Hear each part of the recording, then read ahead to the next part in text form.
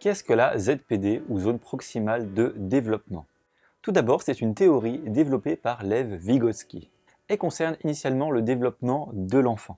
Pour faire simple, cela correspond à la différence entre ce qu'un enfant pourrait réaliser seul et ce qu'il pourrait réaliser avec l'aide d'une personne plus compétente. Par exemple, imaginons un enfant ayant acquis la capacité de faire des additions en autonomie, en gros tout seul, mais incapable de faire des soustractions et des multiplications, enfin à quelques nuances près.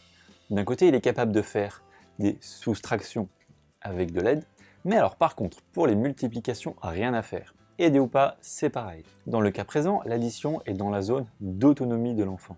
Il peut le faire tout seul. La soustraction est quant à elle dans la zone proximale de développement. Il faut de l'aide pour y arriver.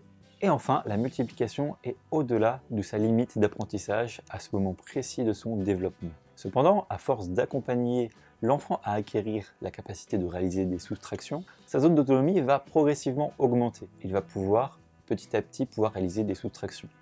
Et pourquoi pas permettre à la multiplication d'entrer dans sa ZPD. Après, pourquoi est-ce important de travailler dans la ZPD et pas ailleurs? Eh bien c'est simple, d'un côté dans la zone d'autonomie, l'enfant ne va pas apprendre grand-chose. Et de l'autre, au-delà de sa zone limite d'apprentissage, il risque d'être en situation d'échec. D'où l'intérêt de trouver la ZPD.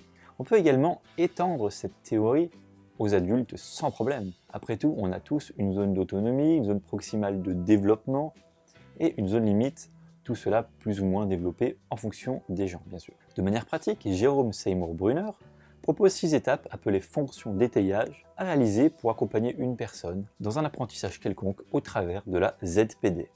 Enrôlement. Donner envie à la personne d'apprendre la chose en question. Réduction des degrés de liberté. Simplifier la tâche, par exemple en comblant ce que l'élève ne peut pas faire. Maintien de l'orientation.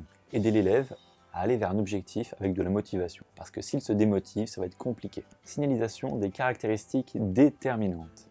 En gros, faire remarquer ce qui est important et ce qui ne l'est pas. Contrôle de la frustration. Veiller à ce qu'il ne soit pas en échec. La démonstration, tenter de montrer à l'élève le résultat de son raisonnement. Où est-ce qu'il va pour qu'il puisse lui-même en faire autant et adapter son raisonnement. Donc si on récapitule, la ZPD, c'est ce qu'une personne peut faire avec de l'aide extérieure, mais qu'elle ne pourrait pas faire seule. C'est tout pour la ZPD. Je vous remercie d'avoir regardé cette vidéo. Si elle vous a plu, n'hésitez pas à mettre un pouce bleu en dessous et à vous abonner. Et sur ce, à bientôt.